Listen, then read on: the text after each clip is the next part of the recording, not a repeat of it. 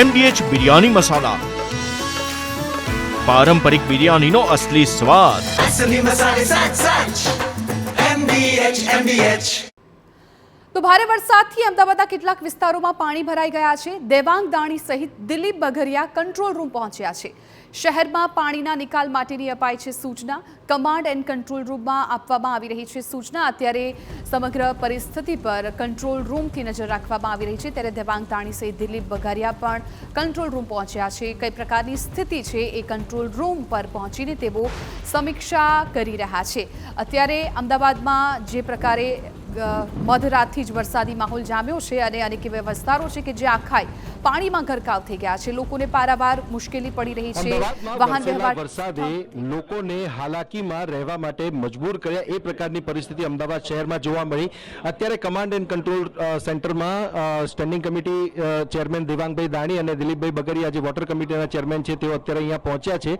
શહેરની શું સ્થિતિ છે એના ઉપર નજર રાખવામાં આવી રહી છે. ક્યાં પાણી વોટર લોગિંગ છે ત્યારે એના નિકાલ માટેની વ્યવસ્થા તેમજ સાફ સફાઈ માટેની જે સૂચના છે આપવામાં આવી રહી છે.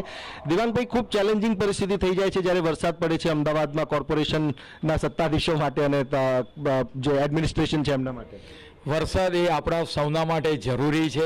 વરસાદ ના હોય તો શું પરિસ્થિતિ થાય એ આપણને ખબર છે, પણ વરસાદ આવે એ પણ એક આનંદની વાત છે. ગઈકાલ મધરાતથી સિટીની અંદર સેકન્ડ ફેઝનો રાઉન્ડ ચાલુ થયો. 12 વાગ્યાથી શરૂ કરી અત્યારે બપોરના 12 વાગ્યા સુધીમાં ખાસ કરીને સિટીની અંદર 2-3 ઇંચ વરસાદ અને દક્ષિણ ઝોનનો જો અભ્યાસ કરવામાં આવે, વટવા હોય, દાણી લીમડા હોય, મક્તમપુરા હોય અને લાંભા હોય ને મણિનગર, જે અમારો આ દક્ષિણ ઝોન આવેલો છે ત્યાં 5 થી 6 ઇંચ જેટલો વરસાદ પડ્યો છે. તમામ જે વિસ્તારો છે એની અંદર હાલ અમારે જે દક્ષિણના પટ્ટામાંથી પાણી વાત કરે કે ડીવોટરિંગ કરવાની કામગીરી હાલ ચાલુ છે. પરંતુ પૂર્વના પટ્ટાનો જો વાત કરવામાં આવે, પૂર્વમાં હેડેક સમસ્યા હતી, પરંતુ રાજ્યના વાત કરે કે માનનીય મુખ્યમંત્રી શ્રી અને માનનીય ઋષિકેશભાઈ પટેલ અને જગદીશભાઈ વિશ્વકર્માએ ગયા અઠવાડિયે જ ઇસ્ટર્ન ટ્રંક લાઇનનું ઓપનિંગ કર્યું. પરિણામે આ વખતે અમારે જે ગોપાલ ચોકની સમસ્યા હોય, નરોડાની સમસ્યા હોય, નિકોલની સમસ્યા, આ સમસ્યામાંથી આ વરસાદમાંથી અમને મુક્તિ મળી છે. ત્યાં આગળ વોટર લોગિંગની સમસ્યા નથી, પરંતુ જે વિસ્તારની અંદર હાલ દાણી લીમડાની અંદર અને લાંભાની અંદર સમસ્યા મળી છે, આવનાર સમયગાળા દરમિયાન એ સમસ્યાનો પણ અમે નિરાકરણ લાવવા માટે પ્રયત્ન કરશું. પશ્ચિમ અમદાવાદની જો વાત કરવામાં આવે તો હાઈકોર્ટ અને સર્વિસ રોડ પર જે પાણી ભરાઈ રહેતું હતું ત્યાં બંધન ટ્રાયેંગલ આગળ વાત કરવામાં આવે કે લાઈનો નાખવાને પરિણામે બંધન ટ્રાયેંગલની પણ સમસ્યા દૂર રહી છે. હાલમાં જોતા હશો તો કમાન્ડ એન્ડ કંટ્રોલ રૂમથી અમે સવારથી નજર રાખી રહ્યા છે. અમારા અધિકારી શ્રીઓ હોય, DYMC Viran Parekh, Vijaybhai, command and control રૂમથી જરૂરી નીચે સૂચના આપણે વાત કરીએ કે વિભાગના વોર્ડ ઇન્સ્પેક્ટરો હોય, ટીએસ હોય, એન્જિનિયર હોય, તમામને આપવામાં આવી રહી છે. સમગ્ર સિટીની અંદર હાલ ટ્રાફિક નોર્મલ જઈ રહ્યો છે. આપ પણ આ સ્ક્રીન પર જોઈ શકો છો. મીઠાગરી અંડરપાસ થોડા સમય માટે અમે બંધ કર્યો હતો. હાલમાં એની સફાઈની કામગીરી ચાલુ છે. વરસાદે વિરામ લેતા સમગ્ર શહેરની અંદર સફાઈ પ્રક્રિયા ચાલુ કરી દેવામાં આવશે અને આવનાર સમયગાળા દરમિયાન સિટી પાછું સ્વચ્છ સુંદર થઈ જાય એ માટેના પ્રયત્નો મહાનગરપાલિકાની આપણે વાત કરીએ કે મારી એસવીએમની ટીમ દ્વારા ચાલુ કરવામાં આવશે.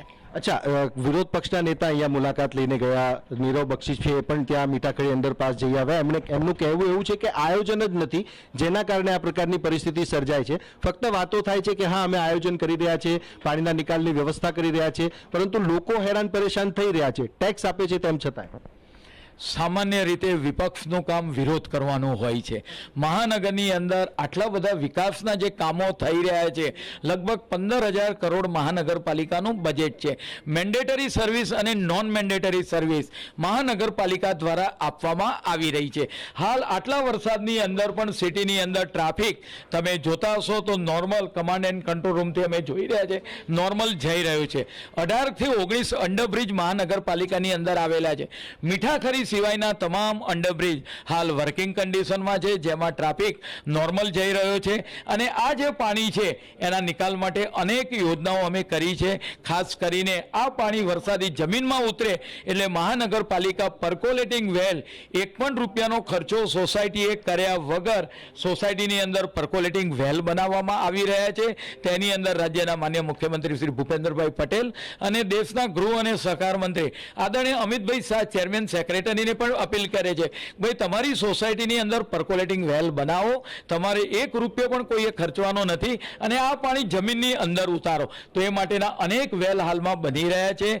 તદુપરાંત જે તળાવો અમારા આવેલા છે કે દેશના વડાપ્રધાન જે કહેતા હતા ભાઈ ગામનું પાણી ગામમાં રહેવું જોઈએ, એટલે સ્ટ્રોમ વોટર લાઈન નાખીને આ પાણી તળાવની અંદર વસ્ત્રાપુર તળાવ હોય, ગોતાના તળાવ હોય, આપણે વાત કરીએ કે નિકોલની અંદર તળાવ હોય, દયાવાન તળાવ હોય, તમામ તળાવોની અંદર હાલ પાણી ભરવામાં આવી રહ્યું છે, જેથી મહાનગરનું વોટર લેવલ પણ આવનાર સમયગાળા દરમિયાન ઊંચું આવે. જે રીતે ગ્રીન કવરમાં વધારો થઈ રહ્યો છે એવી રીતે આ વરસાદી પાણી જમીનમાં ઉતરતા વોટર લેવલ પણ ઊંચું આવે. હાલ વરસાદે વિરામ લીધો છે અને સિટીની અંદર ખાસ કરીને હાલ આપણે ઇસ્કોન જંકશન જોઈ રહ્યા છે. તદુપરાંત આપણે વાત કરીએ કે ફૂટબોલ ગ્રાઉન્ડ જોઈ રહ્યા છે. અલગ અલગ વિસ્તાર, નરોડા ગામ જે આ પૂર્વનો પટ્ટો કાયમી પાણીની સમસ્યાથી કોંગ્રેસના સમયની અંદર અનેક સમસ્યાઓ હતી કે એ લોકો ક્યારે નિરાકરણ નતા લાવી શક્યા. માણેકબાગ એરિયા હોય, આમ પૂર્વ પશ્ચિમ ચારે દિશાની અંદર હાલમાં ટ્રાફિક નોર્મલ જઈ રહ્યો છે. અચ્છા દિલીપભાઈ, સૌથી મોટી વાત તો રાહત તો એ છે કે આજે રવિવાર છે એટલે ટ્રાફિક નડ્યો નહીં બહુ, અને આજે વર્કિંગ અવર્સ પણ નહીં હોય, તો એનાથી એક રાહત છે એવું કહી શકાય. ના, રવિવારે પણ લોકો અત્યારે ટ્રાફિક દેખાય જ છે. આપ જોઈ રહ્યા છો સ્ક્રીન ઉપર, તો ટ્રાફિક જે જે ચાલી જ રહ્યો છે. રવિવારની વાત હોય, હવે અમદાવાદમાં એવું રહ્યું નથી રવિવાર અને શનિવાર, 12 માસ અને 12 દિવસ 24 કલાક ટ્રાફિક ધમધમતો હોય છે મહાનગરની અંદર. અને અત્યારે હાલ પણ ટ્રાફિક તમે જુઓ તો ટ્રાફિક આપ સ્ક્રીન ઉપર બતાવો, જુઓ ટ્રાફિક કેટલો છે. અચ્છા, એક વાત બીજી એ છે કે કેટલા વિસ્તારો એવા રહ્યા જેમાં નારોલ બ્રિજથી ઉતરીને આપણે જ્યારે ઈસનપુર તરફ જઈએ કે પછી નારોલ વિસ્તારની વાત કરીએ, વટવામાં ખૂબ વધારે વરસાદ પડ્યો, તો એ પાણીના નિકાલ માટેની કયા પ્રકારની આયોજન જે છે એ કોર્પોરેશનનું છે? કારણ કે આ ઓઢવ એ આ બધા વિસ્તારો જે છે ત્યાં વોટર લોગિંગ સૌથી વધારે થતું હોય છે, હાટકેશ્વર ને એ બધા સાઈડમાં. નરોડાથી પીરાણા સુધી મારી બીજી એક ઇન્સ્ટન્ટ ટ્રંક લાઇનનું કામ ચાલુ છે. એ કામ અત્યારે હાલ પૂર જોશમાં ચાલી રહ્યું છે. માઇક્રો ટનલિંગનું કામ ચાલી રહ્યું છે. એ કામ પૂર્ણ થશે તો જે આ જે આપણે જે વાત કરી તમે નારોલ બ્રિજની, જે સમસ્યા છે એ કાયમી એનો હલ થઈ જશે. આજે તમે મધુમાલતીની વાત કરો તો મધુમાલતીની અંદર પણ જે કાયમી સમસ્યા હતી, એક સૌથી નીચો વિસ્તાર છે, આજે ત્યાં ગાડી 4.5-5 ઇંચ કરતાં પણ વધારે વરસાદ પડ્યો છે. અત્યારે જે પાણી છે એ 2 કલાક પછી આજે ત્યાં ગાડી ઉતરી જશે. પણ ત્યાં નરકાગાર જેવી પરિસ્થિતિ થઈ જાય છે, ત્યાં જે ગટરના પાણી બેક મારે છે, અત્યારે જ મારી વાત થઈ. હા, અત્યારે સૌથી નીચો વિસ્તાર છે. સૌથી નીચો વિસ્તાર જે છે આખો રકાબી જેવું છે, ખાડો છે.